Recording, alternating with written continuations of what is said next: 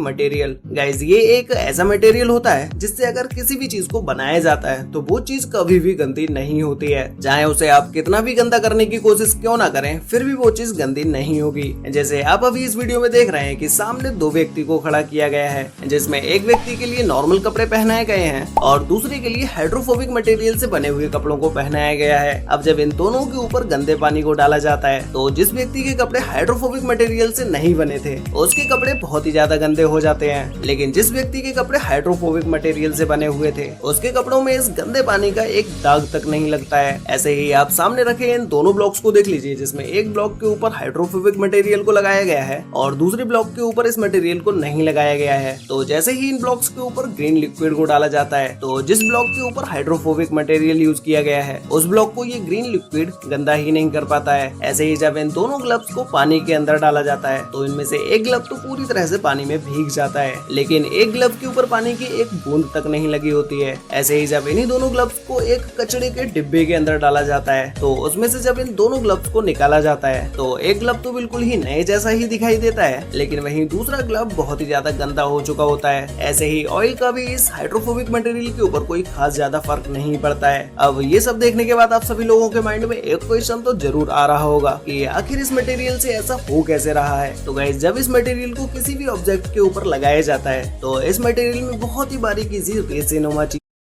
My body weight has come down to 80 HB1 ऊपर ना तो कभी आने देती है और ना ही उन्हें कभी ऑब्जर्व करती है। इस चीज को अगर आप एक सिंपल से एग्जांपल से समझे तो हम सभी लोगों ने कमल के पत्ते तो देखे ही होंगे। उसके ऊपर आप जब भी कभी पानी डालेंगे तो वो पत्ता कभी भी भीगता नहीं है क्योंकि उसके ऊपर छोटे छोटे रेशे होते हैं। तो गाइस ये तो बात हो गई हाइड्रोफोबिक मटेरियल की। अब बात करते हैं हाइड्रोफोबिक सैंड के बारे में, जो कि ये एक ऐसी सैंड होती है जो कभी भी किसी भी लिक्विड के साथ रिएक्ट नहीं करती है। अगर इस सैंड को पानी के अंदर डाला जाता है तो ये पानी के अंदर कुछ इस तरह से दिखाई देती है, मानो कि ये भीगने के बाद कुछ इस तरह से हो गई हो। लेकिन जैसे ही आप इस सैंड को उंगली से बाहर निकालेंगे वैसे ही ये सैंड पानी से बाहर आने के बाद बिल्कुल ही एक सूखी हुई रेत की तरह हो जाएगी। नंबर 9 पर है 2 ton giant X versus car. Guys क्या होगा जब एक बड़ी सी कुल्हाड़ी के नीचे कार को रख दिया जाएगा? क्या ये कुल्हाड़ी इस कार को काट पाएगी या नहीं? चलिए इस वीडियो में देखते हैं। तो गाइस सबसे पहले इस बड़ी सी कुल्हाड़ी के नीचे एक आग बुझाने वाले सिलेंडर को रखा गया और फिर जैसे ही इस कुल्हाड़ी को सिलेंडर के ऊपर डाला गया वैसे ही सिलेंडर में तेजी से ब्लास्ट होता है और इसके अंदर की सारी गैस निकल जाती है। अगर हम इसे स्लो मोशन में देखेंगे तो ये सिलेंडर कुल्हाड़ी की धार से बीच से ही कट जाता है। ऐसे ही जब इसी कुल्हाड़ी के नीचे एक बड़ी सी टीवी को रखा गया तो इस टीवी के ऊपर जब कुल्हाड़ी को छोड़ा गया तो ये टीवी भी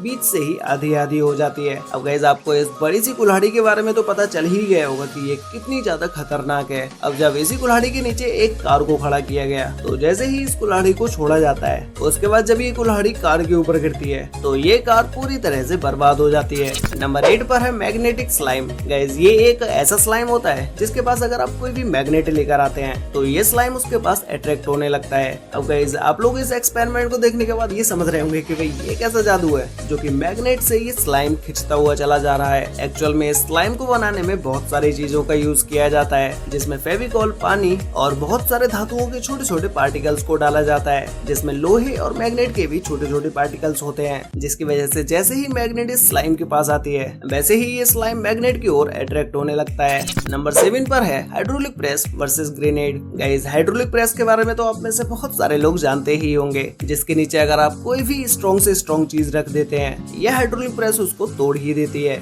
जैसे हाइड्रोलिक प्रेस के नीचे अगर आप हैमर को भी रखते हैं जो कि खुद इतना ज्यादा स्ट्रॉन्ग होता है जिससे आप चीजों को तोड़ते भी हैं और सीधा भी करते हैं, लेकिन जब इसी हैमर को हाइड्रोलिक प्रेस के नीचे रखा जाता है तो इस हाइड्रोलिक प्रेस से कई टन वजन लगाकर इस हैमर को भी तोड़ा जा सकता है। जब हाइड्रोलिक प्रेस से हैमर के ऊपर प्रेशर लगाया जाता है तो ये प्रेशर इतना ज्यादा हो जाता है जितने प्रेशर में किसी भी लोहे को बड़े ही आसानी से तोड़ा जा सकता है। ऐसे ही जब इसी हाइड्रोलिक प्रेस के नीचे इन छोटी छोटी कैंडल्स को रखा गया तो ये कैंडल्स हाइड्रोलिक प्रेस के प्रेशर लगने के बाद इस तरह से इन होल्स से बाहर निकल कर आती हैं। ऐसे ही जब बहुत सारे पेपर्स को इकट्ठा करके इस हाइड्रोलिक प्रेस मशीन के नीचे रखा गया तो जब इसके ऊपर प्रेशर लगाया जाता है तो ये सारे पेपर्स आपस में ऐसे चिपक जाते हैं मानो कि इन्हें फेविकॉल से चिपकाया हो, और बहुत ज्यादा प्रेशर लगने की वजह से ये पेपर्स बीच से ही फटने लगते हैं। इस हाइड्रोलिक प्रेस से प्रेशर लगने के बाद ये पेपर्स कुछ ऐसे हो जाते हैं मानो कि ये कोई पेपर नहीं बल्कि कोई पत्थर हो। तो गाइस ऐसे ही जब इस हाइड्रोलिक प्रेस के नीचे ग्रेनेड को रखा गया तो जब हाइड्रोलिक प्रेस से इसके ऊपर प्रेशर लगाया गया तो ये ग्रेनेड प्रेशर लगते ही फट जाता है। अब गाइस नेक्स्ट है handmade giant match box. Guys क्या आपने कभी इतनी बड़ी माचिस को देखा है जिसके अंदर ये बड़ी से बड़ी सिर्फ कुछ ही तीलियां दिखाई देती हैं। अब आप इस माचिस बॉक्स को देखने के बाद इसे फेक समझ रहे होंगे, लेकिन एक्चुअल में ये एक रियल मैच बॉक्स है जिसे बनाने के लिए सबसे पहले एक लकड़ी को लिया गया और उसके ऊपर कॉटन और कपड़े को बांध दिया गया और उसके ऊपर से जो माचिस की तीली के ऊपर बारूद लगी होती है उसी बारूद को इस मैच बॉक्स तीली के ऊपर लगा दिया गया, जिसके बाद एक एक करके इन सारी तीलियों को तैयार कर लिया गया और एक बड़े से मैच बॉक्स को भी बनाकर तैयार कर लिया। जिसके बाद आप देख सकते हैं कि ये मैच बॉक्स देखने में कितना बड़ा लग रहा है जब इसके अंदर से एक तीली को निकाला जाता है और उसे मैच बॉक्स के ऊपर रगड़कर जला दिया जाता है और ये तीलियां भी माचिस की तीलियों की तरह जलती भी हैं। जिसके बाद इस एक तीली से ही पूरे मैच बॉक्स में आग लगा दी जाती है। तो गाइस नेक्स्ट है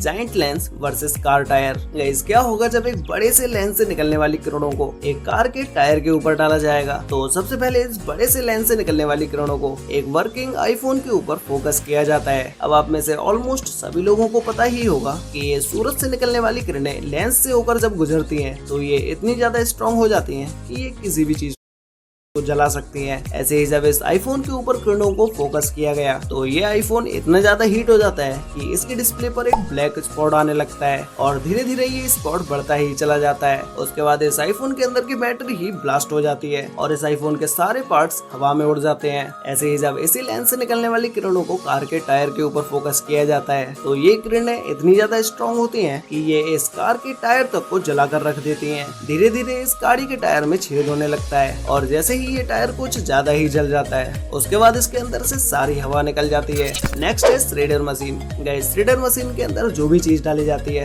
उसके ये मशीन छोटे छोटे टुकड़े कर देती है। ऐसे ही जब इसी श्रेडर मशीन के अंदर एक आईफोन को डाला गया तो ये आईफोन श्रेडर मशीन में डालने के बाद ही पूरा टूट जाता है और कुछ ही देर में इसकी बैटरी भी ब्लास्ट हो जाती है। अब guys next versus grenade. Guys क्या किसी सेफ को बिना चाबी के भी खोला जा सकता है? तो इस सेफ को खोलने के लिए सेफ के बाहर बॉम्ब और ग्रेनेड को लगाया जाता है, जिसमें स्टार्टिंग में इस सेफ के बाहर एक एक करके बहुत सारे बॉम्ब को लगाया जाता है जिनके ब्लास्ट होने के बाद इस सेफ के ऊपर उनका कोई भी असर नहीं होता है। लेकिन जब फाइनली एक बड़े से बॉम्ब को इस सेफ के बाहर लगाया जाता है तो इस बॉम्ब का सेफ के ऊपर इतना इम्पैक्ट होता है कि इस सेफ का गेट ही अंदर घुस जाता है, जिसके बाद ये सेफ भी इजीली खुल जाती है। वैसे गाइस आपको इन सभी एक्सपेरिमेंट्स में से सबसे बेस्ट एक्सपेरिमेंट कौन सा लगा और क्या आपने इनमें से किसी भी एक्सपेरिमेंट को अपने घर पर ट्राई किया है? अगर किया है तो वो कौन सा एक्सपेरिमेंट है जिसे आपने अपने घर पर ट्राई किया है? ये मुझे नीचे कमेंट करके जरूर बताना। तो गाइस आज के लिए वीडियो में बस इतना ही, मिलते हैं